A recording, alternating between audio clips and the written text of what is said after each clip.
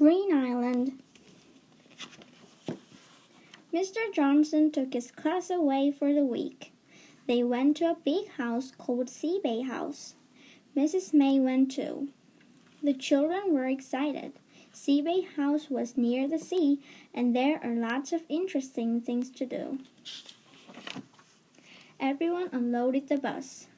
"Some of these bags and cases are heavy," said Mr. Johnson. "We're only here for a week." Mrs. May found a toothbrush. "Whose toothbrush is this?" she asked. "Oh dear," said Biff. "I think it's mine." Mr. Johnson showed the boys their room. "You'll be sleeping in here," he said. "I want the top bunk," shouted Chip. "No, I want the top bunk," shouted Wilf. Mr. Johnson tossed a coin. "Heads or tails," he said. Mr. Johnson gave the children a map. Then he took the children for a long walk. After a while, they stopped for a rest. The children looked at their maps. Mr. Johnson showed them the places they could see. "Your map's upside down, Biff," said Wilf. Nadim pointed to a little island out at sea. "What's that island called?" he asked. "Look on your maps," said Mr. Johnson. "Who can tell me what the island is called?" Chip and Nina knew. "It's called Reen Island," they said. Everyone was hungry after the long walk. When they got back, it was time for supper. The children served the food, and then they helped wash up. "I don't like washing up at home," said Wilf, "but it's fun washing up here." That night, the children were tired, but they couldn't sleep. Chip kept telling jokes and making silly noises. In the end, Mr. Johnson came in. He was cross with Chip. "I'll send you to bed at 6 o'clock tomorrow if I hear any more noise." The next day, the children did a beach study. Some children worked with Mr. Johnson. Then they made squares on the beach and looked at everything in each square. Biff found a shell with a crab inside it. "It's called a hermit crab," she said. Some children worked with Mrs. May. They looked carefully in all the rockfuls. Nadim and Wilf caught a large crab. "Look at this," they called. Mrs. May showed them how to hold the crab. "We'll look at it, then we'll let it go," she said. Chip and Nina found a seagull. It couldn't fly. "Oh dear," said Mr. Johnson. "It can't fly because it has oil in its feathers. Oil is hard to get off, so be careful, everyone. Mind you don't get oil on you." "How do you get the oil off the seagull?" asked Chip. Mr. Johnson took the children to see Mrs. Honey. "If anyone can help the seagull, Mrs. Honey can," said Mr. Johnson. "This poor old skull needs a clean," said Mrs. Honey. She looked at Anina and Chip. "And so do you," she said. "Oil is terrible stuff," said Mrs. Honey. "You can see what it does to animals and birds if it spills into the sea." It is terrible," said Mrs. May.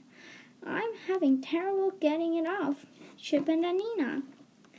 "I feel really sorry for the seagull," said Chip. "What will happen to the seagull?" asked Wilf. "Its feathers will be damaged," said Mrs. Honey.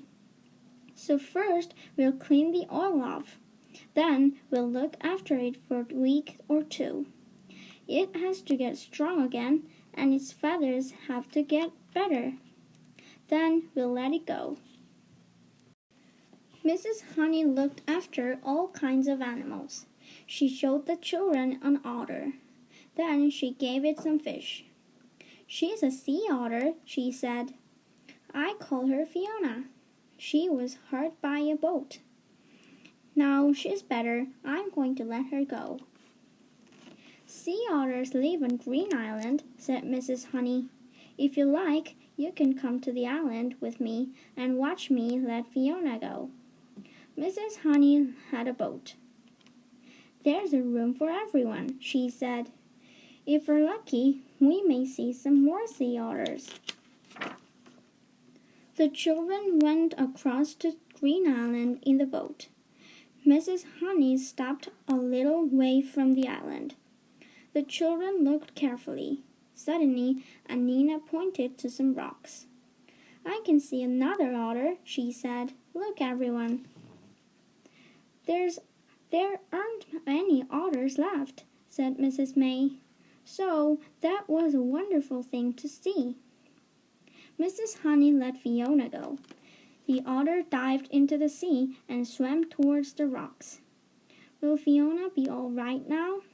Asked Wilf. I hope so, said Mrs. Honey.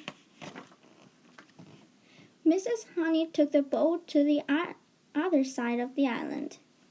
You can get out and explore, he said. If you keep quiet, you will see all kinds of interesting seabirds. The children jumped out of the boat and went to look around the island. The children saw a small cave. They ran to see it. I wonder if it has treasure in it, called Wilf. Maybe it's a secret tunnel, said Nadim. Maybe it leads to a secret computer base. But when they got to the cave, they found something else. In the cave were some drums. I don't like the look of this, said Mrs. Honey. These drums have been dumped on Reen Island. They are full of toxic waste. Keep away from them, everyone, said Mr. Johnson. Why would anyone want to dump them here? Asked Biff. It's hard to get rid of toxic waste, said Mrs. May. It costs a lot of money to do it safely, so people dumped it. We should tell the police, said Mr. Johnson. These drums can stay here, said Mrs. Honey. They could do a lot of harm to the wildlife. Suddenly, Chip and Wilf ran up to Mr. Johnson. There's a boat coming to the island, said Chip. There are 4 people in it. I don't like the sound of this, said Mr. Johnson. Keep out of sight, everyone, said Mrs. Honey. I want to see what these people are doing. The boat stopped at the island and 4 people got out. They lifted some drums out of the boat and began to carry them towards the cave. They're dumping more waste on the island, said Mrs. Honey. I want everyone to run back to my boat. Don't make a sound. I have an idea. The children did what Mrs. Honey told them. They ran to the boat with Mrs. May and climbed in. I hope the boat will start, said Mrs. May. If it doesn't, I don't know what we shall do. Do you think those people are dangerous? Asked Chip. Wilf and Chip pushed the boat out with the oars, and Mrs. May started the engine. So far, so good, said Mrs. May. Let's hope Mrs. Honey's idea works. I hope Mrs. Honey and Mr. Johnson will be all right, said Wilf. Mrs. Honey's idea worked. She and Mr. Johnson had taken the other boat. The other people couldn't get off the island without it. Hooray! Shouted the children. They won't get off Reen Island unless they swim all the way back. What are you doing with our boat? Shouted a man. Bring it back. I'll get the police to bring it back, shouted Mrs. Honey. You can tell them why you've dumped toxic waste on Reen Island. Grrr, said the man. The police took the people off the island.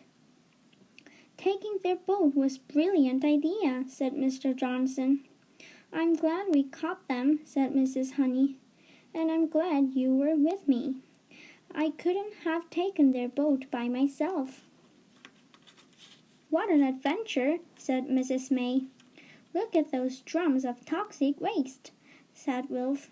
I can't think why people would dump them where they could do so much harm.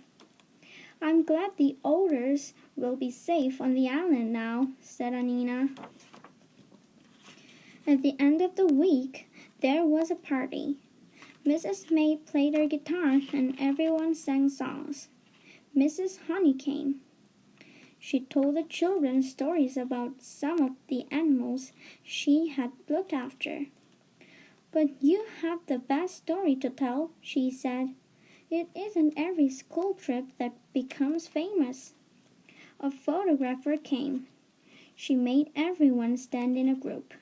Then she took a photograph. We're going to be in the newspaper, said Wilf. We are going to be famous. I've never been famous before, said Chip. I wonder what it feels like. The next day, the story of Reen Island was in the newspaper. The children were excited. I'm going to buy 3 newspapers, said Chip. 1 for me, 1 for Mom and Dad, and 1 for Gran. Now I'm famous, but I don't feel any different, said Wilf.